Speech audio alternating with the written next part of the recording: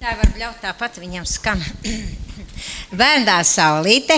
Šie bērniņi mums skaitās lielākais deju kolektīvs.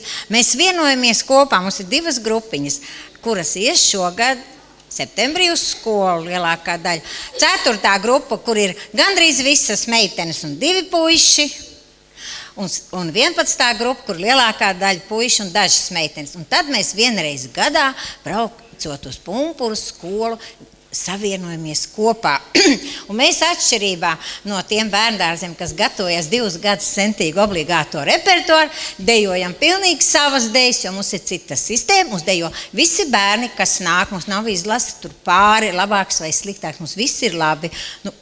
Labi un vēl labāki. Sliktie nav. Tātad 2 latviešu dejas, Ai Garausīti un latviešu pāru deja Svīta. Palabiesim. Mēs pirmo reizi šo deju uz skatuves. Ejam, lūdzu.